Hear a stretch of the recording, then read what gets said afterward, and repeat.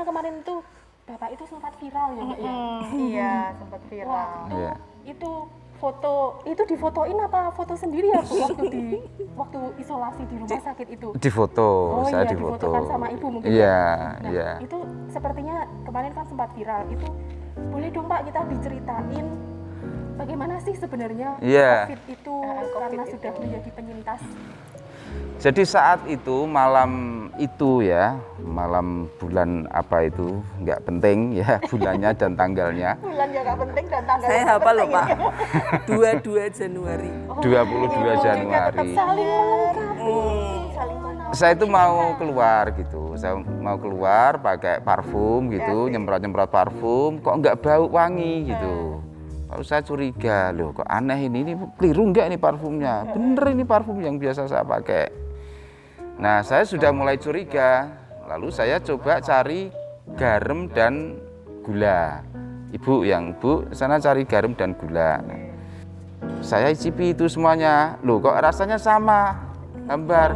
Nah saya mulai semakin kuat kecurigaan saya, wah ini jangan-jangan COVID. Nah akhirnya saya minta petugas untuk melakukan swab antigen, akhirnya benar, positif betulan gitu. Nah akhirnya malam itu juga saya panggil ambulan untuk ngantar saya ke Rumah Sakit Panembahan Senopati, diantar ibu.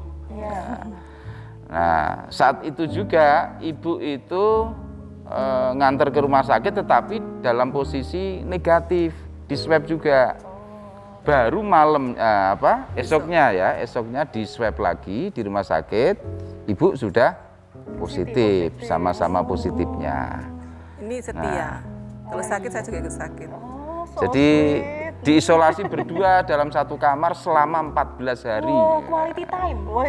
Iya, itu quality time berdua kan.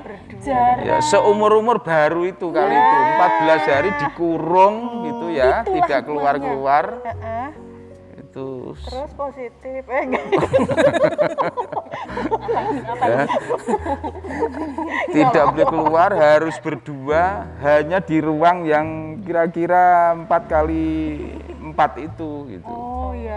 Terus kalau di situ nanti biar sekalian pengetahuan ya buat teman-teman di rumah. Waktu di situ itu Bapak merasakan Saya biasa saja ya, tidak ada panas, enggak ada batuk, enggak ada flu ya. Ibu pun Badan biasa-biasa saja gitu, cuma penciuman dan pengecapan itu hilang. Oh, kalau Ibu Saya tidak bisa membau, tidak bisa merasakan apapun, itu terjadi kurang lebih ya seminggu gitu. 1 minggu. Ya.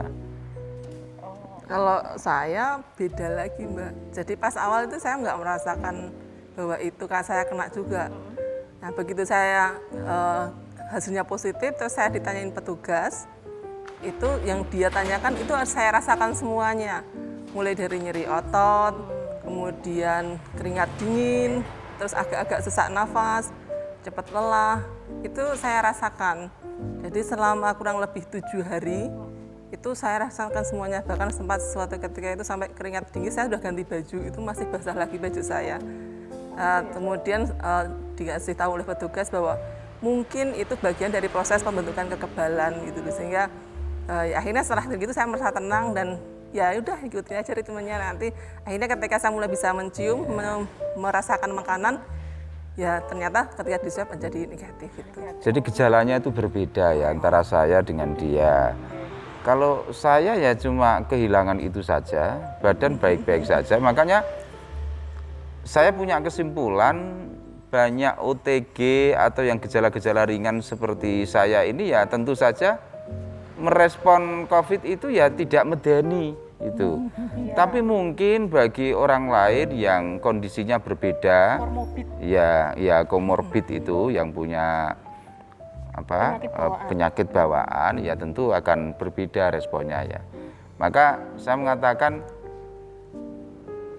ke COVID ini kalau untuk saya ya virus biasa saja, tidak medeni, karena memang saya merasakan tidak ada yang saya merasa khawatir, takut itu juga enggak. Karena ketakutan, kekhawatiran yang berlebihan itu juga tidak baik gitu. Mengurangi imun. Dan faktanya OTG itu juga sembuh dengan sendirinya kan. Sehingga kita menyikapi COVID itu waspada ya. Iya.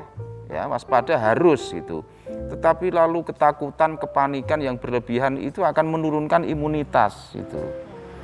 Sehingga kita sikapi sebagai virus yang tidak medeni saja bagi pribadi-pribadi kita supaya kita tidak kepanikan.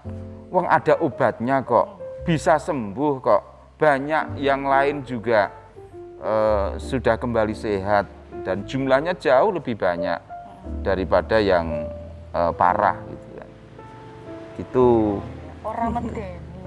Ya. Orang kuwi pasti medeni. Jadi jangan malah justru kita menghadapi virus COVID itu jangan terlalu melebih-lebihkan gitu. Betapa banyak orang itu sesungguhnya dia bisa lebih cepat sembuhnya, tapi gara-gara dia panik, takut, Takut. Ya. medeni gitu, ya akhirnya jadi lama gitu. Ya slow saja, tetap mengikuti saran dokter, minum vitamin, minum obat, makan yang banyak. Saya makan itu nggak merasakan apa-apa, nggak ngerasakan asin, pedes, legi. Ya tetap saya makan Tetap aja gitu. Gitu. Untuk Iya, Daya tubuh, tahan, daya iya. tahan tubuh. ya gitu. Oh, berarti begitu ya tipsnya ya, walaupun Tipsnya. pokoknya yang penting semangat walaupun nggak bisa merasakan atau apa. Itu harus Iya. semangat. Semangat Nul walaupun gue rasa ngerasake. Tepuk sebelah tangan. Itu tetap Iya. semangat. Harus tetap semangat, optimis ya, optimis. Jangan anggap itu medeni, begitu loh. Ya. Pesan yang ingin saya sampaikan itu jangan ada kepanikan gitu. Biasa saja iya, gitu. Sebentar ya Nul, aku mau nanya nih. Di saat diisolasi di ruang yang kecil berdua dengan ibu, gelut atau malah apa? Dia hadap sana, saya hadap sana, kemudian sibuk gini. Sibuk dengan gadget. Karena kalau Dengan kita membuka gadgetnya. perbincangan, nanti jadi serius. Kalau serius nanti Mas jadi berantem. Tapi berantemnya itu kan kemudian jadi mah mikir toh Mbak. Daripada mikir nanti malah stres. Oh, Ya. alah, Gitu. ternyata Dia itu buka dengan- YouTube, saya buka medsos. tetap asik dengan dunia maya. Karena kalau ngobrolin malah nggak jadi panjang. Iya. Wah. Biasa orang organisasi begitu kalau ngobrol. Oh, orang organisasi ngobrolnya di dunia maya Nul. Oh, iya. Tapi komen-komenan ya. Kalau Bercanda Ibu. Bapak Iya. itu waktu isolasi juga tetap bekerja dari rumah sakit ya? Ya beberapa kali saya mengikuti Zoom. Zoom meeting ya. Dengan Bapeda soal apa itu ya kemarin RPJMD sama RKPD itu ya. Pantes tuh lah Ibu ya. Iya. Terus aku ya rasik dewa lah ditinggal berdua ngomong loro gitu. asisten saya jadinya. Jadi sekli saya di sana. Ada magang. Iya.